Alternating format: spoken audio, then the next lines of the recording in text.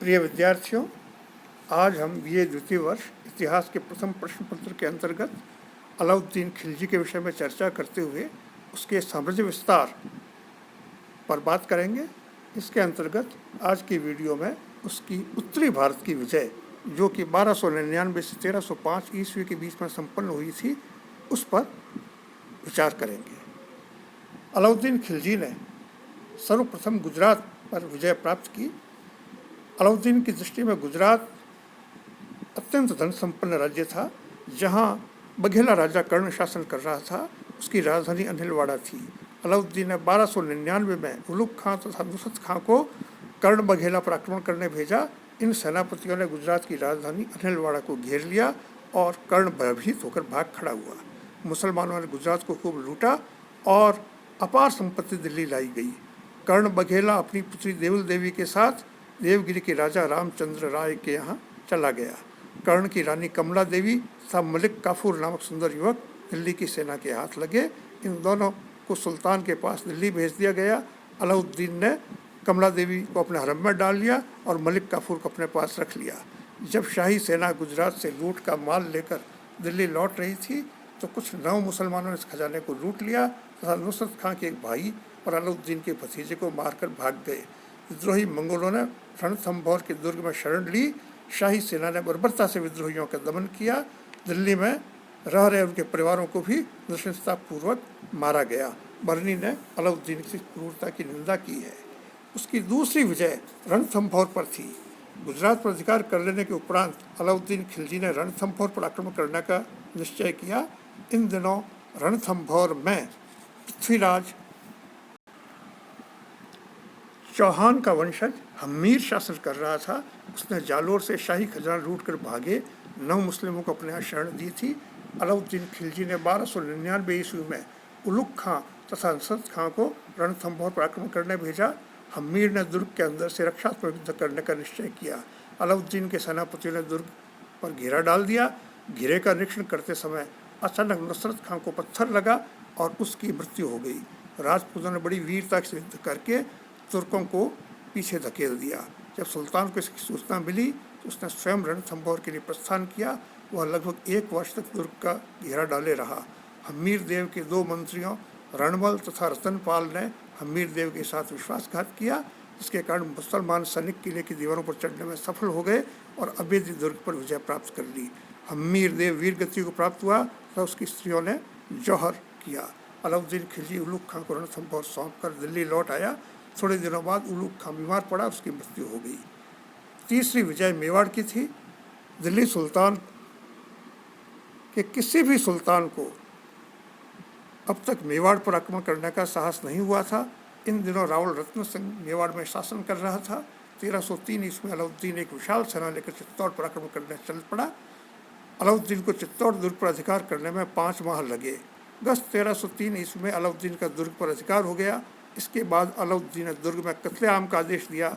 इस कत्लेआम में लगभग 30,000 लोग मारे गए। अलाउद्दीन ने चित्तौड़ दुर्ग का नाम बदलकर खिजराबाद कर लिया।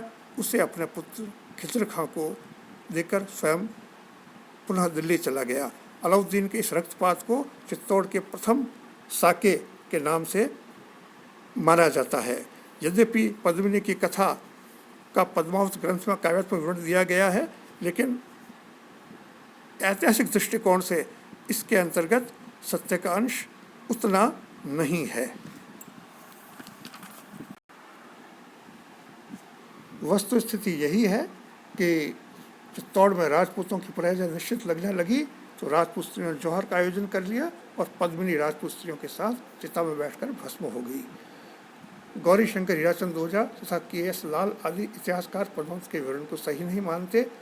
तत्कालीन इतिहासकारों इस्लामी अमीर खुसरो, इब्न बतूता आदि ने घटनाओं का उल्लेख नहीं किया है, जबकि परवर्ती फारसी इतिहासकारों अबुल फजल, हाजुद्वीर तथा फरिश्ता ने इसे सत्य माना है। चौथी विजय उसके द्वारा मालवा पर की गई थी। चित्तौड़ पर विजय प्राप्त करने के उपरांत अलाउद्दीन ने 1305 ईस्वी में ऐनुल मुल्क मुल्तानी को मालवा अभियान का दायित्व सौंपा।